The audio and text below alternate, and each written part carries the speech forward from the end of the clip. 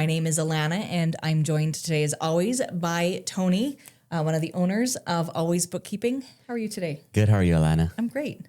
Good. Welcome back, everyone, to another YouTube video.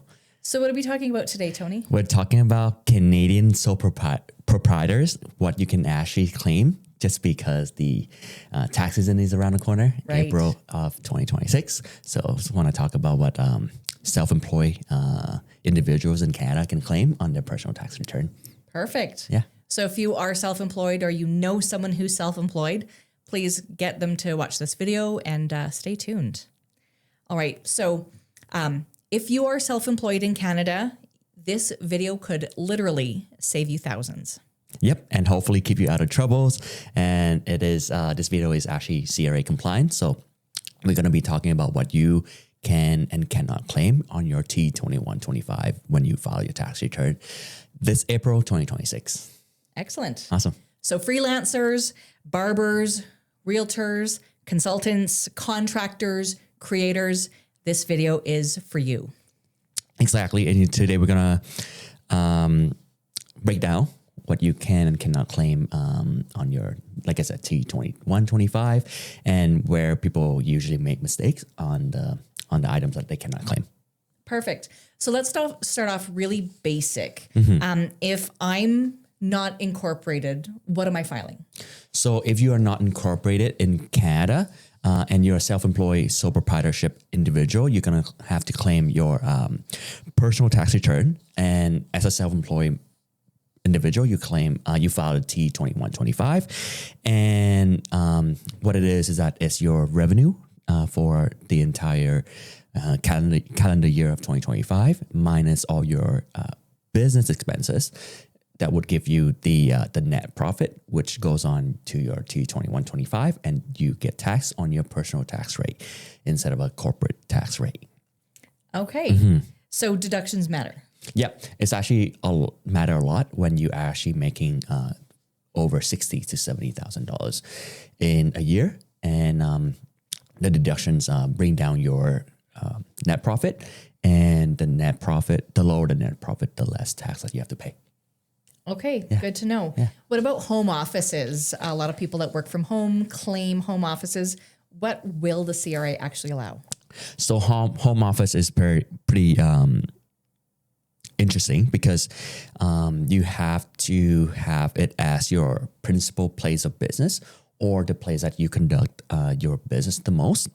And then you can deduct a portion of your rent, your mortgage interest, utilities, property tax, internet, and home insurance.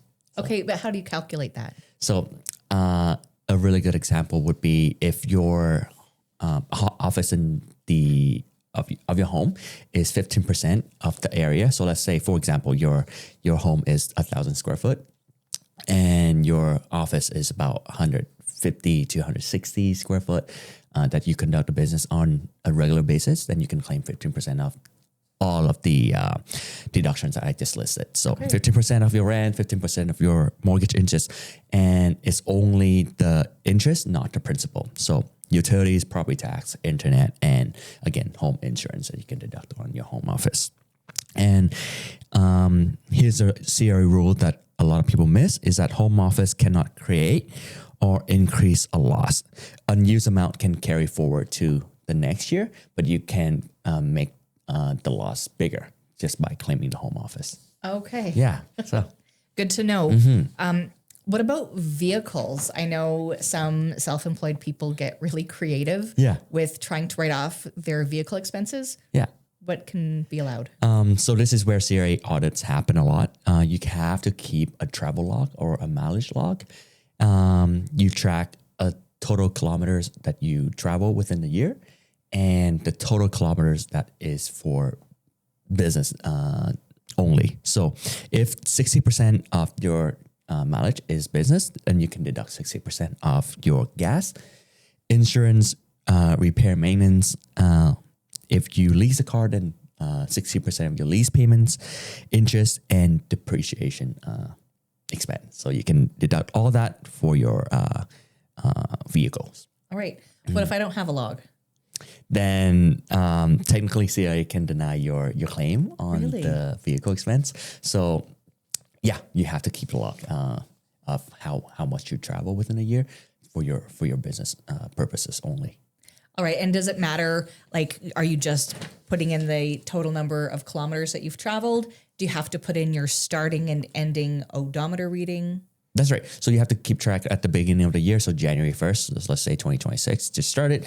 So you keep track of the odometer on your car. So let's say it start at $150,000 beginning of 2026. What is it at the end of 2026, and how much of it was for business, and you have to keep track.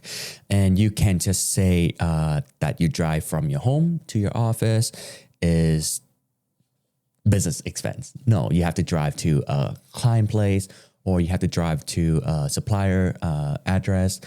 In between, you have to drive, for business purpose. So only those logs are qualified for an expense with the CRA.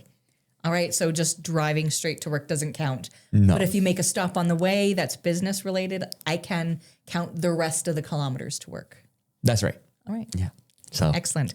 And with the number of apps that you can use to track mileage, there's really no excuse anymore. exactly. There's a whole lot that you can do to track your mileage, and it just make it a habit every day if you do travel a lot for work, just keep track of it so you can actually claim it and lower, higher your expenses and lower your income when you file your tax. Great.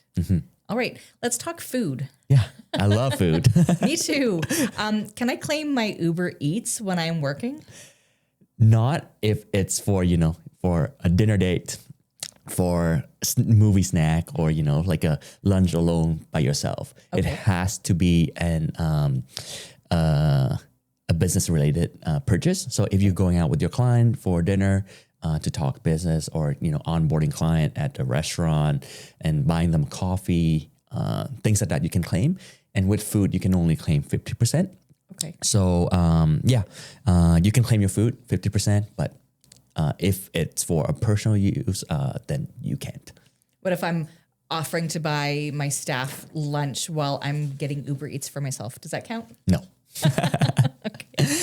But yeah, so if this is a little bit more interesting, if you're a corporation, you can claim the full amount twice a year. So there will be a Christmas dinner, or for us as a bookkeeping firm, we can do a tax dinner as well.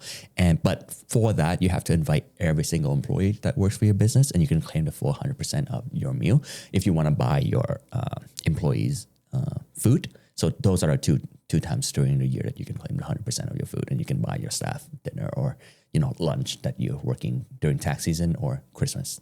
Great. Yeah. Excellent. What about travel? Can I claim a business trip to Mexico? You can, but let's say you travel to Mexico for a conference, and the total trip is 7 days, and 2 days is for a conference. For example, if you're traveling to Mexico for, a barber conference where a barber goes there to learn how to do a certain cuts, how to dye hair a little bit better, and those are the 2 days that you strictly for business. So you can claim those 2 days out of the 7 days for your traveling.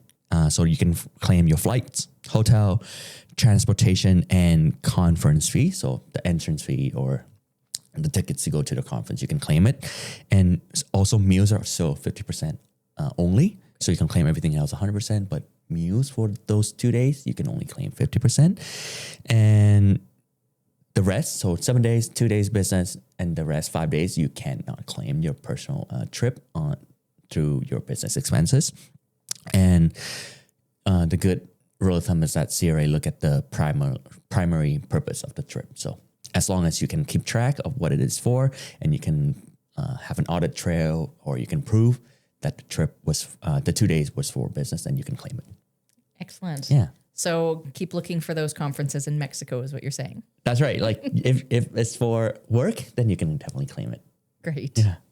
What about the everyday expenses? What can I claim? That's a really good like a key for us to claim when you're a sole proprietor. So any everyday expense or every month expense, like the software that you use for your bookkeeping, so your Xero account, your QuickBooks Online account, Adobe, if you do a lot of, signing over the internet, or CapCut, if you're a creator, any editing software that you use, and auto subscription you can claim. And website hosting, if you go with GoDaddy or any web hosting like Square, Spotify, Shopify, you can claim those. Domain names, marketing, and ads, you can claim all those expenses fully. Office supplies, so if you buy pens, papers, or anything for your office, you can claim those. Bank fees, a lot of people are surprised that you can claim bank fees. So interest that you pay on your credit cards, the bank fees every month that you have to keep your checking account open, you can claim those. Payment processing fees, so if you have Square Reader, Shopify Reader, and they take a percentage of your revenue, or fixed monthly fee, you can claim those. Business insurance you can claim. And last thing is bookkeeping fees. So if you have Always Bookkeeping and we charge you on a monthly basis, you can claim it fully. Excellent. Yeah. Good plug for Always Bookkeeping there. Yeah, I tried. One thing that I noticed you didn't mention is cell phone use. I know for me, I have one cell phone. I use it for everything personal and business. What can I claim? So just kind of like your home office, you have to figure out what the percentage that you use for personal use and what percentage that you use for business. But if you have a separate phone just strictly for business, then you can claim 100% of that. But if you use one phone for both personal and business, and it's 50% for personal, 50% for business, you can claim 50% of it for your business use. Great. Yeah. And say I've taken a course for something. I know you mentioned like learning opportunities. Can I claim those with the CRA as well? Yep. You can definitely claim courses that is strictly to improve your skill within the industry that you are working. So if you're a barber, you have to take a course to improve your barbering skill, improving how to make your clients have a better experience. Then yes, you can claim all those courses or tuition. But if you are taking courses on a different in a different career path, so if you're a barber and you're taking real estate courses that you can sell houses on part-time, or mortgage course, you can approve mortgages during your off season, then you can't claim those. It have to be within your industry to claim the courses expenses. Excellent. That's great to know. So you mentioned that Always Bookkeeping, you can deduct the fees that you charge. What about an accountant? You can do that as well. So what we call is a legal and professional fees. So accounting fee, bookkeeping fee, tax preparer fee, like lawyer fee, registry fee, you can claim those. So if you don't have Always Bookkeeping that you pay on a monthly basis, and you just have someone like a friend or something that you pay once or twice a year to prepare your T21, 25 at the year end, prepare your personal tax, you can definitely expense those through the business, which is nice, just because you use it to prepare your tax. Doesn't mean that you can't claim it on your expenses for your tax return. Good to know. You've done a really good job explaining all the things that we can do, but I'm really curious on what the things that people do that get them in trouble. So this is a common deny claims that CRA usually gives sole proprietorship or self-employed individuals, that personal groceries you can claim, gym memberships, shopping for your personal clothes. If you are like if you need clothes for, if you're a contractor, you need like steel toe boots, you need like an overall, or you need some sort of clothing that helps you perform a job, then yes, you can claim those. Okay. But personal use clothing, no. Fines and penalties, you cannot claim those. Like if you have a parking fine, you have a speeding ticket, you can expense though. It's 100% on you. And 100% of your home, you can just claim all your rent. You can just claim all your mortgage interest and, all the utilities. It has to be, like I said, a portion of your office within your home you can only claim. And family vacation. So if you're taking your kids to a Disney trip, can claim those as a business expense. For a conference trip, yes, you can for those 2 days. And then the good rule of thumb is that if it has a strong personal benefit, you cannot claim it. CRA is going to deny it. That's the good rule that you can just apply to almost anything. Exactly. All right. Mm-hmm. If it benefits you more, it's a no-go. No. So what's the biggest mistake that sole proprietors make? So the most common mistake is no documentation and no audit trail. So CRA doesn't really deny your claim just because it's aggressive. They deny it just because you don't have a good explanation for it or can prove with the receipt, with the invoices that you claim those expenses. So for a vehicle, if you don't have a mileage log, you don't have a travel log, you can't claim it. They're gonna deny it if they ask for the log and you don't have it. And then no business explanation. So for the receipt for dinner to take the client out, if you don't have the receipt for it and you just say, oh, hey, I went out this day to do business and you don't have the receipt for it, you won't be able to claim it. If you can prove it, CRA is going to deny it. Good rule of thumb. Mm-hmm. Excellent.